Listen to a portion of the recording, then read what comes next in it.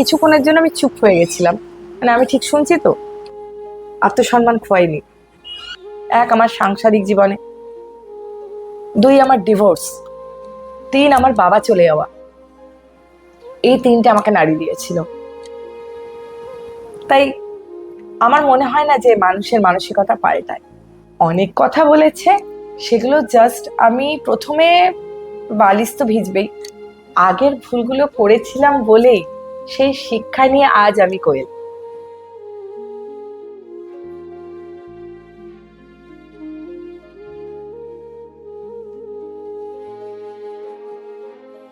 এই অরণ্য শহরে তার বেড়ে ওঠা।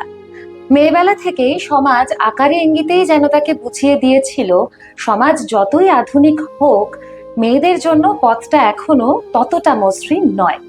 নানান রকম অবহেলা, কটূক্তি, অপমান, তবে কোনো কিছুই তার সুদূরের পিয়াসী মনটাকে থামাতে পারেনি। নৃত্যশিল্পকে অবলম্বন করে ক্রমশ তার নিজের পরিচয় গড়ে তোলা, তৈরি করেছেন ছন্দকের মতো নৃত্য প্রতিষ্ঠান। সম্প্রতি তিনি আমি সানন্দা পুরস্কারে সম্মানিত হয়েছেন। পথটা সহজ ছিল না, তবে ইচ্ছে শক্তিটা প্রবল ছিল। তিনি কোয়েল মিত্র। অরণ্য শহরে আড্ডার আজকের পর্বে আমরা জানবো তার জীবনের নানা ওঠা পড়ার গল্প এবং নাচের ছন্দকে আশ্রয় করে কিভাবে তিনি জীবনের পথে এগিয়ে চলেছেন সেই কথা।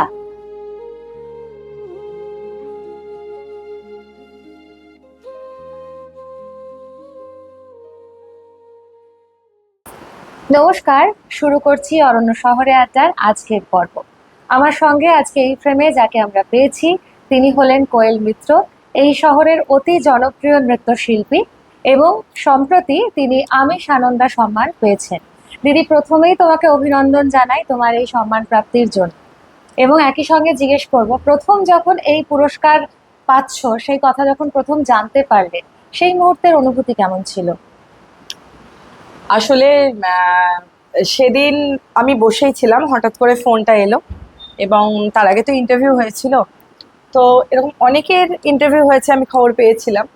তো হঠাৎ করে ওই নাম্বারটা, যে নাম্বারটা থেকে আমাদের যোগাযোগ করা হয়েছিল, তো উনি ফোন করে বললেন আপনি চারজনের মধ্যে একজন। কিছুক্ষণের জন্য আমি চুপ হয়ে গেছিলাম। মানে আমি ঠিক শুনছি তো? আর একদম সাই বাবার অপোজিটেই আমি বসেছিলাম তখন। আমি বাবার দিকে একদম চুপ। উনি আবার বলছেন হ্যালো, আমি কিছু বলছি। আমি কিছুক্ষণ মানে ভাবলাম আমি ঠিক শুনছি তো। দিয়ে বললাম হ্যাঁ বলছি, বলুন। আপনি সিলেক্ট হয়েছেন আমি সানন্দাতে। আমি এত মানে হয় না, একটা অদ্ভুত আনন্দ হয়। কিন্তু আমার ওই দিন আনন্দটা, মানে উনিও মানে কনফিউশনে পড়ে গেছিলেন। উনি আমাকে নিজেও বলেছেন যে আপনি এত আসতে বললেন। হ্যাঁ ঠিক আছে, মানে তখন ভাবলাম কি হলো ব্যাপারটা। কিন্তু ফোনটা রাখার পর আমি কিছুক্ষণ ভাবলাম, মানে হয় না, আমি ভাবছি যে সত্যি তো ফোনটা এসেছিল তো, অনেকবার ফোনটা দেখছিলাম। তারপরে আমার কিছু কাছের মানুষ আছেন, তাদেরকে ফোন করি যে এই ব্যাপার।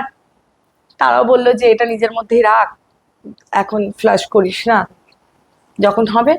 ওনারাও বারণ করে দিয়েছিলেন। কিন্তু সত্যি মানে এটা ভাবতে আমার সময় লেগেছিল যে এত হাজার হাজার লোকের মাঝখানে।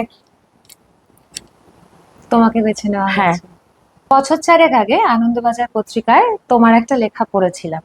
সেখানে তোমার সংগ্রামের কথা এবং নাচের ছন্দে জীবনের পথে এগিয়ে যাওয়ার কথা পড়েছিলাম, এবং সেখান থেকেই তোমার একটা উত্তরণের আভাসও আমরা পেয়েছিলাম। আজকে তুমি সানন্দা, এই যাত্রাপথ সম্পর্কে কি বলবে? ওটা বোধহয় 2022 সালে বেরিয়েছিল। হ্যাঁ, ওটা বেরোনোর পর কিন্তু আহ, আমার জীবনে অনেক কিছু চেঞ্জ এসেছে। কারণ যে পেপারে বেরিয়েছিল সেই পেপারটা তো খুব নামি পেপার, এবং একটা ক্ষুদ্র জায়গায়, মানে ক্ষুদ্র জায়গা থেকে, মানে যে মেয়েটি এত পরিশ্রম করে একটা জায়গা সে চাইছে, সেটা যখন বেরোয়, মানে সেটা সবাই পড়ে এবং সবাই জানে, এবং আমি কি করি না করি, আমি কতটা মানে কিভাবে পরিশ্রম দিয়ে মেয়েদেরকে গড়ে তুলি, বা কতটা পরিশ্রম করার পর, বা কতটা অত্যাচারিত হওয়ার পর এই জায়গায় এই প্ল্যাটফর্মটা পেয়েছি, সেটা কিন্তু আমাকে অনেকটা এগিয়ে দিয়েছিল। সত্যি কথা বলতে 2022-এর ওই লেখাটার পর কিন্তু আমার ছন্দক, মানে আমি যেটাকে নিয়ে গর্ব বলবো না, আমার ভালোবাসার জায়গা, উম, সেটাকে কিন্তু আমি অনেকটা অনেকটা অনেকটা অনেকটা বড় করতে পেরেছি। কিছু তো দরকার হয়, মানে সত্যি কথা বলতে মানে যে সাপোর্টটা দরকার হয় সেটা তো কোনোভাবেই কোনোদিন সেই মতোভাবে ওরকম ভাবে পাইনি। কারণ ফ্যামিলির যে খুব যে আমি আহ, খুব একদম ধনী বাড়ির মেয়ে এরকম ছিল না। আমার মাও খুব স্ট্রাগল করেছে, বাবা তো সমাজ সেবা করেই গেছেন। ফলে সেই জায়গা থেকে যখন পেপারে এরকম একটা বেরায়, সেটা আমার কাছে একটা মানে কি বলবো স্ট্রং পয়েন্ট ছিল। তখন থেকেই ঘুরে দাঁড়ানো শুরু। হ্যাঁ, ঘুরে দাঁড়ানো মানে ওটা একটা পয়েন্ট, টার্নিং পয়েন্ট ছিল। Turning point. এবং সেখান থেকে আজকে যখন এই পুরস্কারটা পেলে, সেই একই গোষ্ঠীর হাত থেকেই তোমার পুরস্কার হ্যাঁ, হলো। একই কি গোষ্ঠী। বলবে সেটা নিয়ে? সেটা নিয়ে এটাই বলবো যে আমি খুব ব্লেসড, মানে যে আমি মানে ওনারা আমাকে এই জায়গাটা দিয়েছেন খুব বিশ্বাস রেখে এবং সমস্তটা জেনে। এবং আমি জানি এই এত বড় যে দায়িত্বটা পেলাম, মানে এটা দায়িত্বই বলবো, অবশ্যই। কারণ হচ্ছে আমাকে আরো ভালো কাজ করার জন্য ওনারা অনুপ্রাণিত করলেন। উম, চেষ্টা করবো, মানে দায়িত্ব যেহেতু বাড়িয়ে দিয়েছেন আমাকে সেই দায়িত্ব পূরণ করতে হবে সেই পরিশ্রমের মাধ্যমে। একদম। আর আমি পরিশ্রম করতে ভয় পাই না। সেটা তো তোমাকে যারা দেখেন কাছ থেকে তারা হ্যাঁ। সবাই জানে। এক যুগ আগের কোয়েল মিত্রকে আজকের কোয়েল মিত্র কি বলবে? এক যুগ আগের কোয়েল মিত্রকে এখনের কোয়েল মিত্র কি বলবে? হ্যাঁ। সেটা হচ্ছে, এখনের যদি কোয়েল মিত্র আমি বলি, তাহলে যে ভুলগুলো করেছিলাম সেটা করতাম না, করতে দিতাম না। আবার এটাও ঠিক যে আগের ভুলগুলো করেছিলাম বলেই সেই শিক্ষা নিয়ে আজ আমি কোয়েল।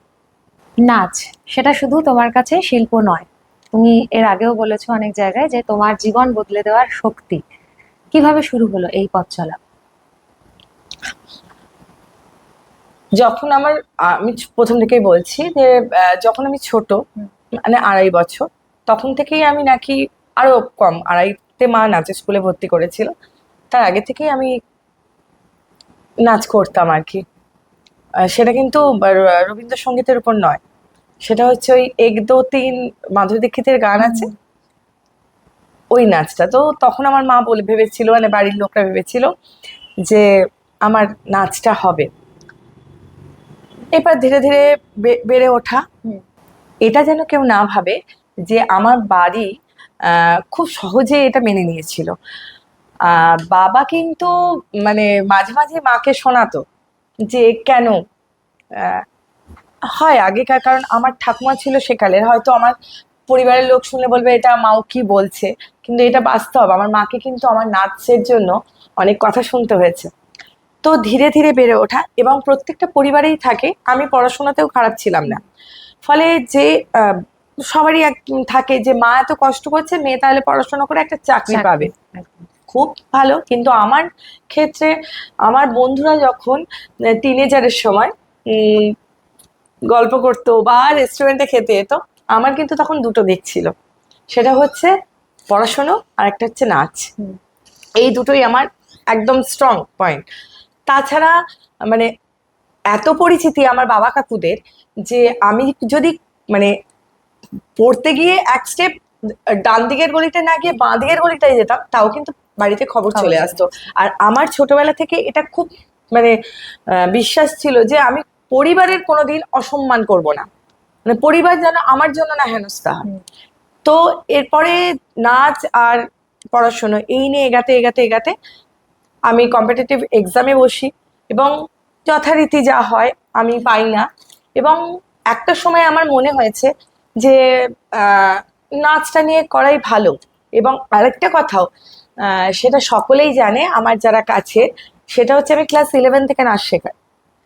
কেন নাচ শেখাই? এবার সবাই বলে 11-এ তুমি কি নাচ জানো? না, কিছুই জানতাম না। কিন্তু আমার যিনি টিচার ছিলেন, আহ, শ্রীমতী রীতা রায়, উনি জানতেন আমার ফ্যামিলি ব্যাকগ্রাউন্ড, যে আমি কতটা কি মানে পারবো দিতে। তো উনি যেগুলো ক্লাসগুলো করাতে যেতে পারতেন না বাড়িতে, সেই ক্লাসগুলো উনি আমাকে পাঠাতেন, এবং সেই টাকা এবং পড়িয়ে টিউশনি পড়িয়ে সেই টাকা দিয়ে কিন্তু আমার শুরু যাত্রা। এবং আমার যে MA কলকাতার, সেটা কিন্তু আমার নিজের খরচেই করা। তাহলে সেই নাচ কিন্তু, তাহলে নাচ আমার কাছে সত্যি সত্যি মানে এই নাচ ছাড়া আমি কিন্তু এই জায়গায় পৌঁছতে পারতাম না। নাচ আমার ভীষণ ভালো লাগা জায়গা। নাচকে নাচ নিয়ে অনেক কথা শুনতে হয়েছে, অনেক বাজে বাজে ওয়ার্ড আমাকে শুনতে হয়েছে, কিন্তু আমি ওগুলো কিচ্ছু মনে করিনি। কারণ আমি প্রথম থেকেই জানতাম যে আমি ঠিক আছি। এটা ছোটবেলা থেকে আত্ম অহংকার বলতেই পারো তোমরা, কিন্তু আমি মনে করি প্রত্যেকটা মেয়ের একটা আত্ম অহংকার আর আত্মবিশ্বাস থাকা উচিত একদম। নিজেকে প্রতিষ্ঠিত করার জন্য। অনেকে বলে, এখনো শুনতে হয় যে নাচ করে কি হবে, কিন্তু আমি বলছি নাচ শিখে কিন্তু একটা সুন্দর জীবনযাপন করা যায়। নাচটা কোনো খারাপ নয়, শুধু যে তোমাকে ডাক্তার ইঞ্জিনিয়ার হতে হবে এটা নয়। ঝাড়গ্রামের মানুষজন এই মুহূর্তে এক কথায় সেলিব্রিটি বলতে যা বোঝে তা কোয়েল মিত্র। একদমই না, আমি কোনো সেলিব্রিটি নই। ঝাড়গ্রামের মেয়ে, ঝাড়গ্রামের মেয়ে হয়েই থাকতে চাই, এবং সবার ভালোবাসা নিয়ে, আশীর্বাদ নিয়ে আরো পথ এগিয়ে যেতে চাই। তুমি সামনের পথে এগিয়ে যাও, কিন্তু যে সময়টা তুমি কাটিয়ে এসেছো, তুমি এইমাত্র বললে যে বাড়িতে বাবাও বিষয়টা পছন্দ করতেন না এবং বাইরেও অনেক মানুষ নানান খারাপ কথা বলেছেন, সেই সবকিছু সামলে আজকের এই অবধি এগিয়ে আসা কিভাবে সম্ভব হলো? হ্যাঁ, এটা খুব ভালো একটা কোশ্চেন করেছো। সেটা হচ্ছে, বাবা পছন্দ তখন করতেন না, কিন্তু যখন আস্তে আস্তে বাবা বুঝতে পারলো যে না, মেয়ের এদিকেই ভবিষ্যৎ আছে, বাবা সেটা মেনে নিল।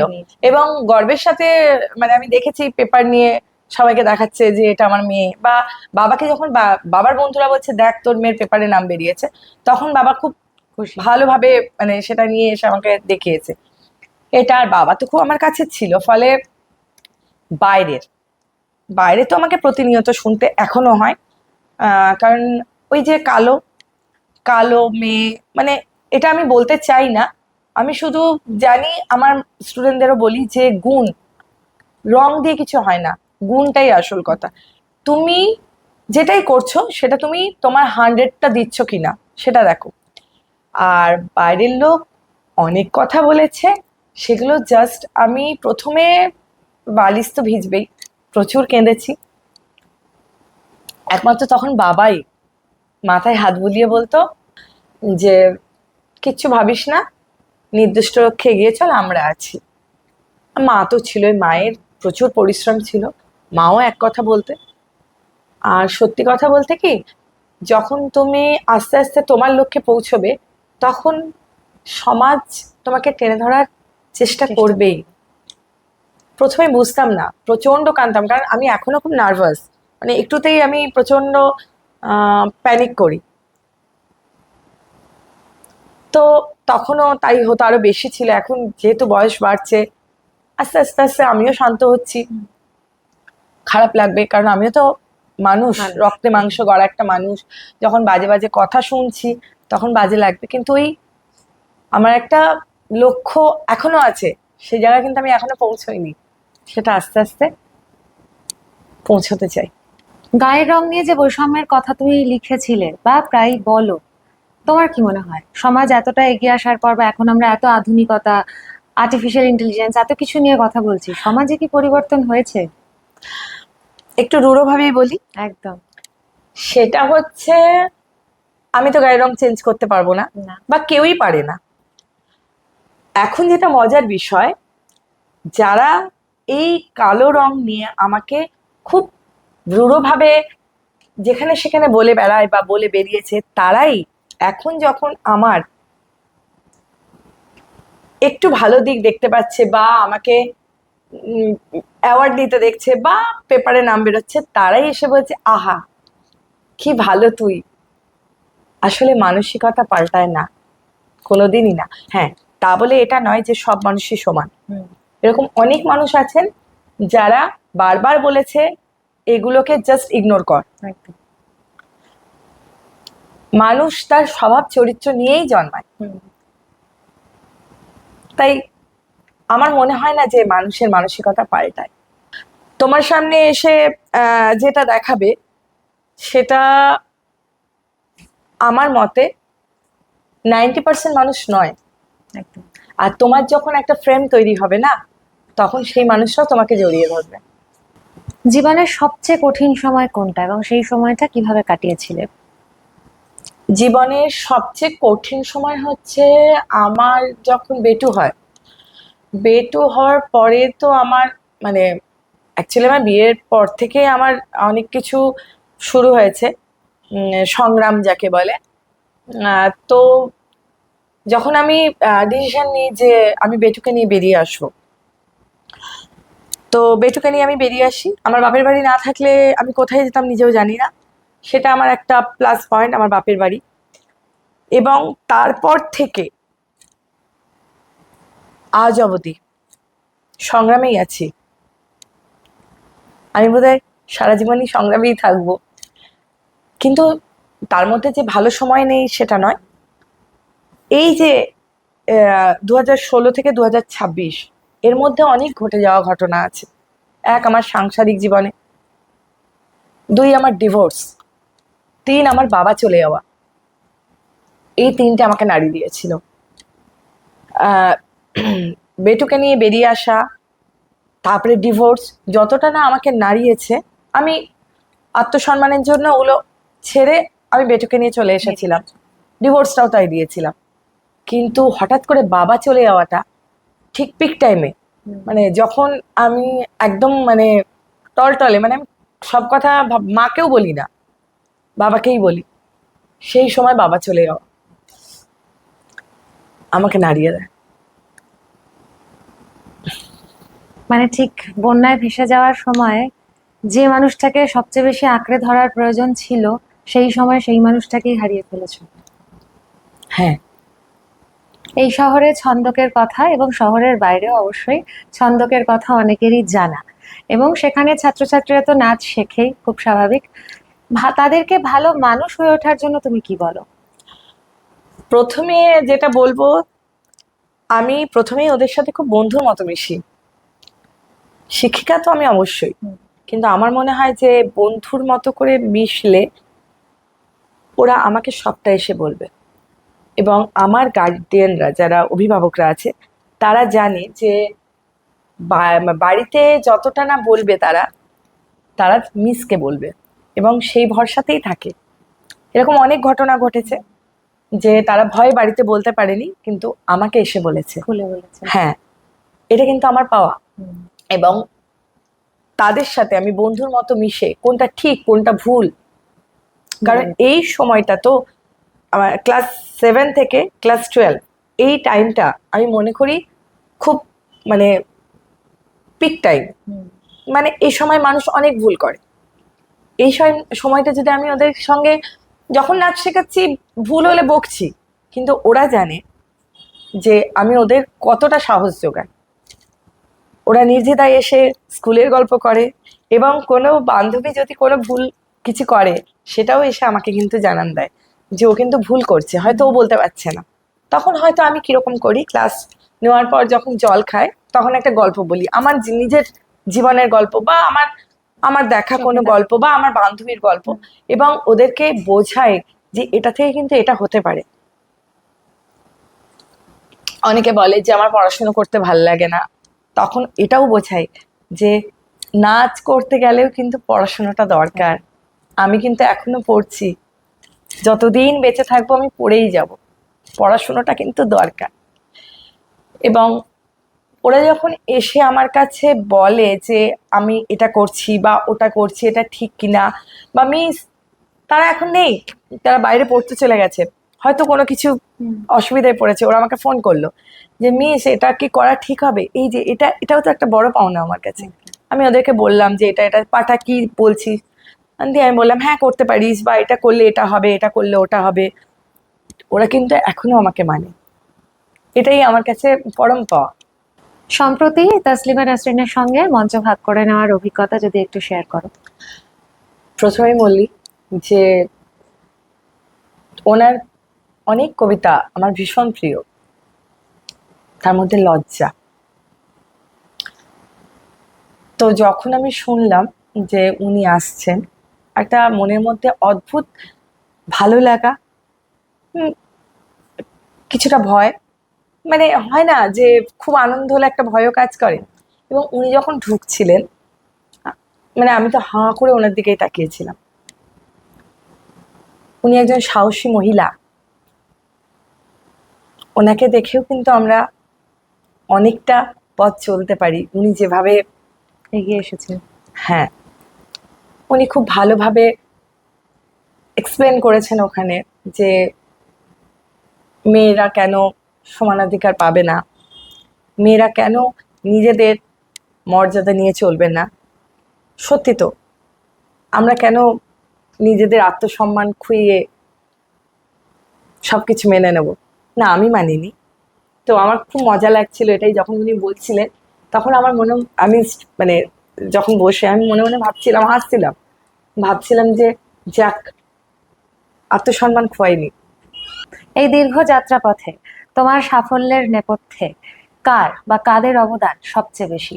পরিবার, পরিবার যদি না থাকতো আমি বোধহয় পারতাম না, বোধহয় কেন, পারতামই না। তারপরে আসি আমার ছাত্রছাত্রী, যাদেরকে অস্বীকার করা আমার ক্ষমতা নেই। অভিভাবক, যারা আমাকে বিশ্বাস করেছেন, এবং আমার শুভাকাঙ্ক্ষীরা, যারা সব সময় আমার পাশে আছেন। এরকম অনেক মানুষ আছেন যারা সব সময় আশীর্বাদের হাতটা মাথায় রেখেছে এবং বিপদে পড়লে তারা এগিয়েও আসে। এবং ঝাড়গ্রামবাসী, আর যার কথা না বললে নয় সেটা হচ্ছে আমার ছেলে। প্রথম থেকেই ও তো আমার সংগ্রামের সাথে জড়িয়ে। মানে আমি বলতে চাইছি যে ও বোধহয় যখন আমি ওকে গর্ভে ধারণ করেছিলাম তখন থেকেই ও আমার সাথে লড়াইটা করছে।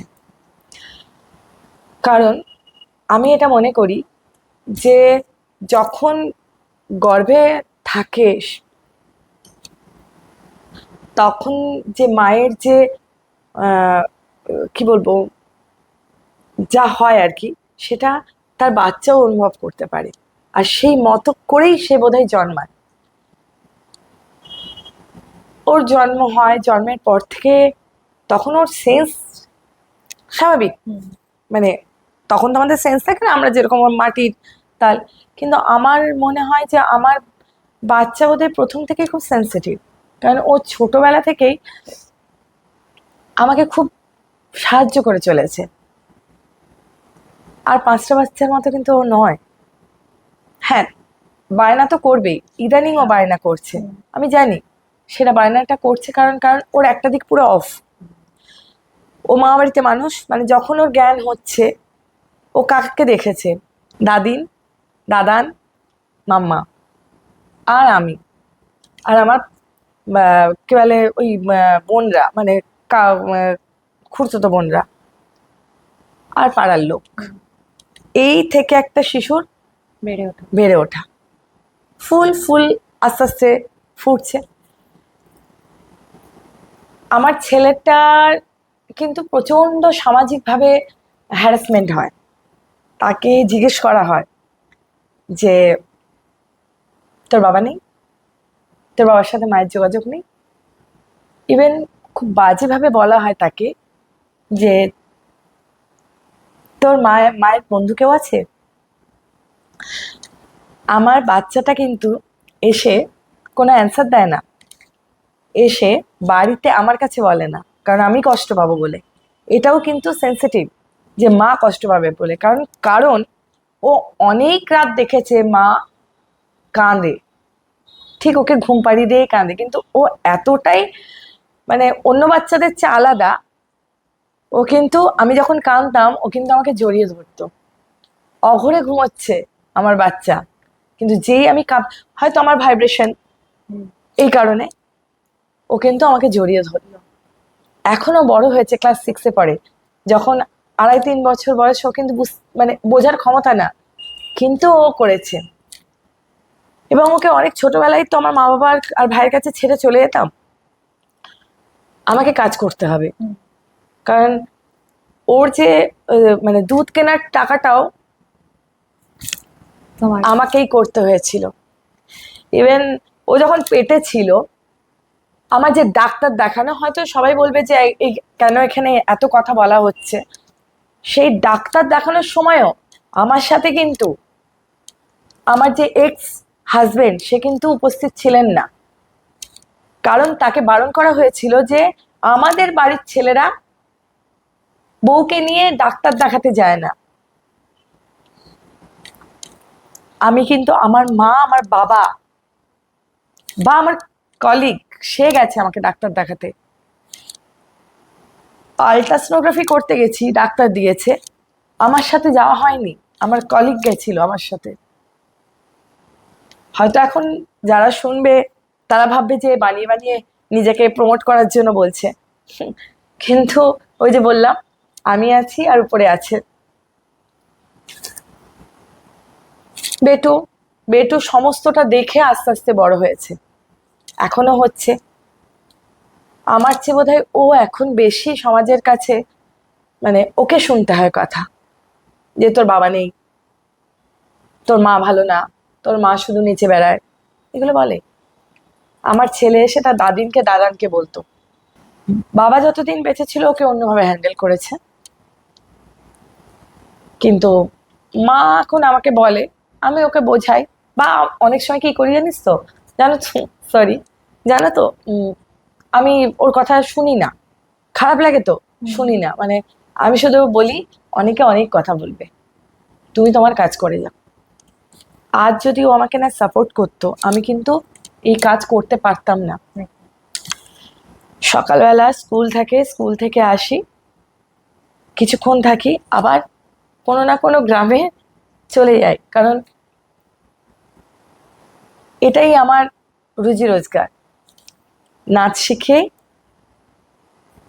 যেটা উপার্জন করি সেটাতেই আমাদের চলে। আর বেটু আবার বিকেল থেকে ক্লাস, রাত 9টা, ও কিন্তু আমাকে পায় না। পড়াশুনোতেও আমি দেখি না, আমার মা দেখে প্রথম থেকেই। আর অজন্তা আছে, ওর এক টিচার, তাকে সে দেখে। আমি ওর পড়াশুনোর কিচ্ছু দেখি না। ইভেন যে বাচ্চাটা সব গ্যালারি ভর্তি মা বাবা বসে আছে, আমার বাচ্চাটা একা যায় খেলতে, আমি যেতে পারি না, কারণ আমার ক্লাস থাকে। এটাও কিন্তু আমাকে সাপোর্ট করছে। এসে হয়তো বলে সবার মা বাবা আছে, আমার নেই। হ্যাঁ, তুমি তো মা, ভাই যায়, ভাইয়ের কাজ না থাকলে মাঝে মাঝে গিয়ে যায়, বসে, আমি যেতে পারি না। এই যে দূরে দূরে খেলতে যায়, আমি কোচের হাতে দিয়ে দিই সমস্তটা। ওদের যে কোচ আছে তাদেরকে বলি কি কি মানে আছে সেগুলো বলবেন, আমি কিন্তু যেতে পারবো না।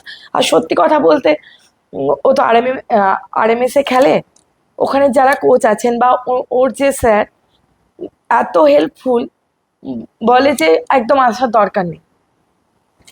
আরো 5 জনে মানে ওখানে অভিভাবকরাও খুব ভালো। এই যে সবার বাবা যাচ্ছে বা মা যাচ্ছে, ওর কেউ যাচ্ছে না, ও একাই যাচ্ছে, তাহলে এটাও তো ও মানিয়ে নিচ্ছে ওর মায়ের সাথে, অভিযোগ করছে না। অভিযোগ করছে না। এসে বলে সবাই যায়, তারপরে আবার বলে তুমি তো ব্যস্ত থাকো, কি করে যাও। এই যে বোঝার জায়গা, এই বোঝার জায়গাটা আর 5 জনের চেয়ে অনেকটা আলাদা, অনেকটা আলাদা। মানে ও যদি না থাকতো, আমি হয়তো এই জায়গায় পৌঁছতে পারতাম না। মানে অনেক বাচ্চাকেই তো দেখি যে মায়ের আঁচল ধরে, না মায়ের সাথেই যাব, বায়না ও করে। কিন্তু বায়না করে না। আমি সত্যি লক্ষ্মী ছেলে। বর্তমান সময়ে সোশ্যাল মিডিয়ায় তরুণ প্রজন্মের মধ্যে যে সৌন্দর্য নিয়ে একটা আপাত ধারণা তৈরি হয়েছে, তার নেতিবাচক প্রভাবটা কতটা সুদূর প্রসারী বলে তোমার মনে হয়? সৌন্দর্য আবার কি? সৌন্দর্য, মানুষ তো সুন্দর হয়েই জন্মায় আমার মতে। হ্যাঁ, এখন মানুষ ছুটছে ঝাঁ চকচকে দিকে, ফর্সা, গ্লজি, এরকম ব্যাপার একটা খুব বাজে, কারণ এটা বেশি দিন স্থায়ী নয়। আহ, যারা এটার পেছনে ছুটছে তারা নিজেরাও জানে যে এটা ঠিক নয়, আর চতুর্দিকে এটাই চলছে। কিন্তু বলবো যে মানুষের ধারণা খুব তাড়াতাড়ি ভাঙবে, আর যারা এর পেছনে ছুটছে তারা ওই 2 মাস তারপরেই নিজেরাই বলছে ভালো লাগছে না। ভালো লাগছে না। এটা মানে বাহ্যিক সৌন্দর্যের থেকে অন্তরের হ্যাঁ সৌন্দর্যটা একদম। অনেক বেশি মানে গুরুত্বপূর্ণ। মানুষ তো, আমি ভাবি যে প্রত্যেকটা মানুষই সুন্দর। একদম। মানে মানুষ সুন্দর, মানুষ মানে মানুষ জন্ম নিয়েছি মানে সুন্দর। সেটা কি, মানে আমি সুন্দর, তুমি সুন্দর, ও সুন্দর, সবাই সুন্দর। হ্যাঁ, এক একজনের এক একটা ধারণা। যেমন এক একজন বলে যে ও ফর্সা, ও খুব সুন্দর, তার চোখ নেই, নাক নেই, সব ভোঁতা। আমি সেটাকে সুন্দর মনে করি না, সে তার মতো সুন্দর। হুম। আবার এক একজনের সবটা আছে, সে সুন্দর তার মতো, অপসরী বলে নাকি, অপরূপা নাকি, এই সমস্ত বলে। কিন্তু আমার মনে হয় মানুষের মন যত পরিষ্কার হবে, মানুষ মন যত খুলে রাখবে, তার গ্লেজ এমনি বেরোবে। এমনি চলে আসবে। একজন শিল্পী হিসেবে তোমার কাছে সবচেয়ে বড় পাওয়া কি, পুরস্কার নাকি মানুষের ভালোবাসা? মানুষের ভালোবাসা, ওটাই সবচেয়ে বড় পুরস্কার। কবি পক্ষে ডিডি বাংলায় কুড়মালি চণ্ডালিকায় তোমাকে দেখা গেছে, সেই কাজের অভিজ্ঞতা যদি একটু ভাগ করে নাও। ভীষণ ভালো অভিজ্ঞতা।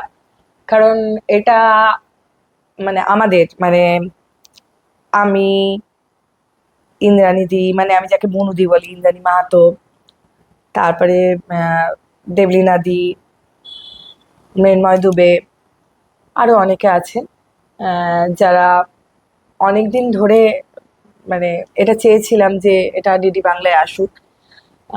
তার আগেও যার নাম মানে অস্বীকার করা যায় না, সেটা হচ্ছে শুভেন্দু দা, যাকে সবাই চেনে। তিনি প্রস্তাবটা রেখেছিলেন এবং তার প্রস্তাবেই আমাদের বুনুদি সেটা ডিডি বাংলায় বলেন যে আমরা এরকম একটা আমাদের একটা প্রোডাকশন আছে, আহ, চণ্ডালিকা সবাই জানে, হুম। কিন্তু কুড়মালি ভাষায় উম, তো সেটা একটা সবার মধ্যে যে এটা কিভাবে সম্ভব। তো এটা করে আমরা খুব খুশি হয়েছিলাম, মানে একটা আলাদা অভিজ্ঞতা।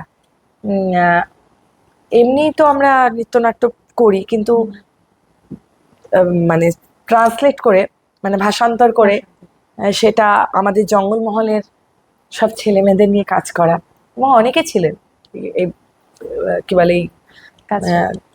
প্রোডাকশনটায়। হুম। ফলে খুব মজা, খুব আনন্দ করতে করতে করতে করতে আমরা এই কাজটা করেছিলাম। এবং অবশ্যই একটা বড়সড় অভিজ্ঞতা। বড়সড় মানে খুব বড়সড় অভিজ্ঞতা। কারণ আমাদের এটা যখন বেরোনোর কথা ছিল, ঠিক তখন বেরোলো না, হুম। ঠিক 1 বছর বাদে এটা প্রকাশ হলো। মানে এটাও একটা খুব বড় পাওনা। মেন ক্যারেক্টার করতে কার না ভাল লাগে। আর আমি সেই ছোটবেলা থেকে চণ্ডালিকা প্রকৃতি হিসেবেই কাজ করছি। ক্লাস 6 আমার ফার্স্ট চণ্ডালিকা করা, তখনও আমি প্রকৃতি। ফলে ওটা আমার রক্তে মিশে গেছে, আর সবাই বলে আমাকে খুব ভালো মানায়। কিন্তু এখন মনে হচ্ছে ওই জায়গাটা ছাড়তে হবে। এখন আমার ইচ্ছে যে আমি প্রকৃতির মা হিসেবে কাজ করব, প্রকৃতি কাউকে তুলবো। যতদূর জানি তুমি ওয়েব সিরিজে অভিনয় করেছো, সেই বিষয়ে একটু বলো। হ্যাঁ, প্রথম ওয়েব সিরিজ যেটা খুব মানে চাঞ্চল্যকর, মানে আমাকে খুব একটা জায়গায় পৌঁছেছিল, সেটা হচ্ছে কমলেশ্বর মুখোপাধ্যায়ের রক্তপলাশ। মানে সবাই ভেবেছিল কি হতে চলেছে, রক্তপলাশ একটা খুব ভালো জায়গায় পৌঁছেছে, ওটিটি প্ল্যাটফর্ম। আর ওটা দারুণ সাড়া পেয়েছিলাম, কারণ একটা সময় কমলেশ্বর দা যখন নিজের প্রোফাইল থেকে আমার ওই ছবিটা পোস্ট করে, ওই একটা শাল গাছের, একটা আমার চোখ আর একটা শাল গাছ, তো সবাই মানে মানে মানে অনেক পোস্ট হয়েছিল, মানে আমি দেখার আগে আমার সবাই দেখে যারা ফেলেছে। তারা পোস্ট করেছিল, শেয়ার করেছিল। আর দুটো এখনো মুক্তি পায়নি, আশা করছি খুব তাড়াতাড়ি পাবে।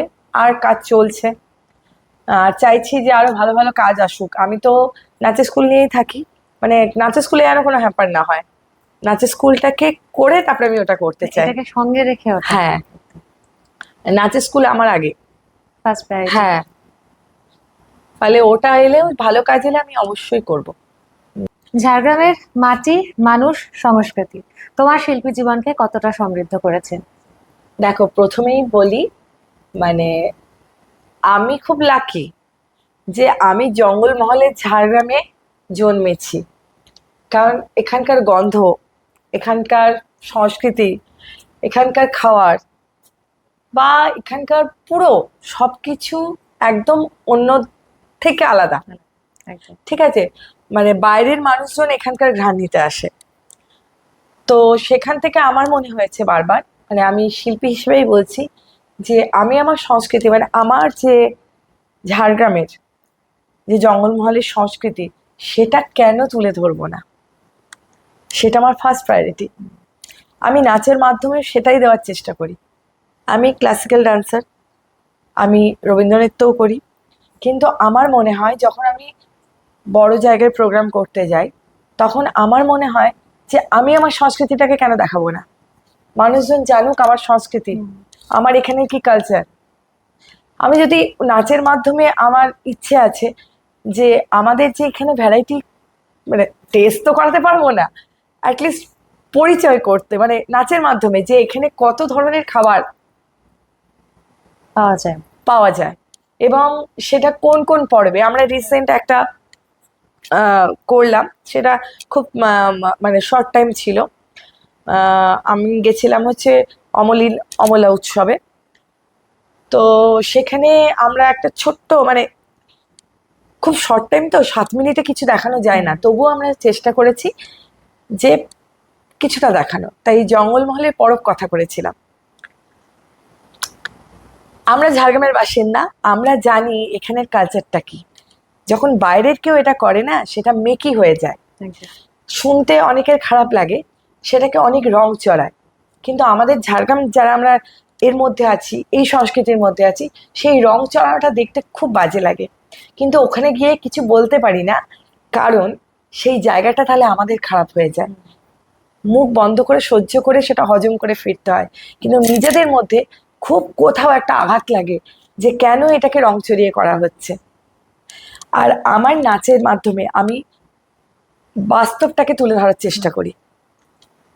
আমাদের এত সুন্দর এখানে, এত ভালো ভালো ডান্স আছে, বা যে পরবগুলো হয় যেখানে এত সুন্দর সুন্দর আমরা সব নাচ করি বা করি, তার মধ্যে তো অনেক গল্প লুকিয়ে আছে।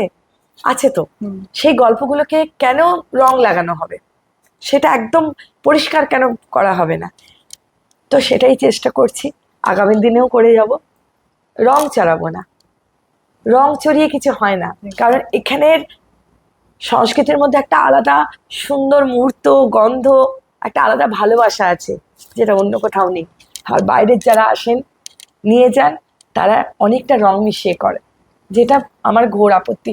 হয়তো অনেকে এটার বিরোধিতা করবেন, কিন্তু আমি সকলের কাছে ক্ষমা চেয়েই বলছি যে আমাদের সংস্কৃতিটা এত সুন্দর যে ওটা রং চড়ালে না বিকৃতি হয়ে যায়।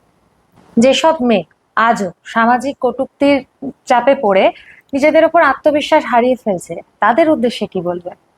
তাদেরকে আমি একটাই বলবো, যে জন্মেছি, আমাদের নিজেদের ইচ্ছে আছে, সেই ইচ্ছেগুলো পূরণ করুক, কোনো দিকে না তাকিয়ে। সমাজ টেনে ধরার জন্যই আছে, সমাজকে তোয়াক্কা না করে যেটা তার উন্নতি হবে, তার কাজে লাগবে এবং তার নির্দিষ্ট লক্ষ্যে পৌঁছতে সাহায্য করবে, সেটাই করুক। তা বলে এটা বলছি না যে যা খুশি করি, মানে আমি স্বাধীনতা পেয়েছি বলে আমি সবকিছু করতে পারি, অপব্যবহার না। হ্যাঁ, যেটাতে তার নিজের অস্তিত্ব গড়ে উঠবে সেটা করুক। দিনের শেষে আয়নার সামনে দাঁড়িয়ে নিজেকে ফেস করতে পারা, এটা বোধহয় সবচেয়ে জরুরি। একদম সবচেয়ে জরুরি, কারণ দিনের শেষে আমি যদি সারাদিন কিছু বাজে করি, দিনের শেষে যখন আমরা আয়নার সামনে দাঁড়াই না, তখন কিন্তু ওই যে আয়নার সামনে যে যাকে আমরা দেখতে পাই, সেই কোশ্চেনটা করে তুমি কি ঠিক করেছো, একদম। তখন কি আমরা নিজেদেরকে অ্যান্সার দিতে পারি? হ্যাঁ, হয়তো হ্যাঁ হ্যাঁ আমি ঠিক আছি, ঠিক আছি, ঠিক করেছি, কিন্তু না, জোর করে বলা আর আসলে বলা দুটোর মধ্যে তো একটা ফারাক, অনেক পার্থক্য আছে। আজকে আড্ডা দিতে দিতে কোয়েলজির কাছ থেকে অনেক কথাই শুনলাম, জানলাম তার জীবনের নানা ওঠা পড়ার গল্প। এবং সবকিছু শোনার পর একটা কথাই মনে হলো, এই যে সাদা কালো নিয়ে এত ফারাক করা বা এই যে এত দ্বন্দ্ব সাদা কালো নিয়ে, এইগুলো ঘাঁটতে গিয়ে বোধহয় সমাজে আমরাই অনেকটা অন্ধকারে তলিয়ে যাই। এবং সমাজের সেই বাঁকা উক্তিগুলোর সামনে দাঁড়িয়ে একটাই উত্তর, সেটা হলো কোয়েল মিত্র। তুমি এভাবে এগিয়ে চলো, ছন্দকের হাত ধরে অরণ্য শহরের ভাবী শিল্পীদের স্বপ্ন ডানা মেলুক নীল আকাশে। টিম শহর ঝাড়গ্রামের পক্ষ থেকে আবারও তোমাকে অভিনন্দন জানাই এই সম্মান প্রাপ্তির জন্য। তোমার আগামী পথ আরো মসৃণ হোক এবং আরো সুন্দর হোক। দর্শক বন্ধুদের জানাই অসংখ্য ধন্যবাদ আমাদের সঙ্গে এতটা সময় থাকার জন্য। ফিরে আসবো অরণ্য শহরে আড্ডার পরবর্তী পর্বে নতুন কোনো মানুষের গল্প নিয়ে। শুনতে থাকুন, দেখতে থাকুন অরণ্য শহরে আড্ডা, শুধুমাত্র শহর ঝাড়গ্রাম ফেসবুক পেজ এবং ইউটিউব চ্যানেলে। ধন্যবাদ।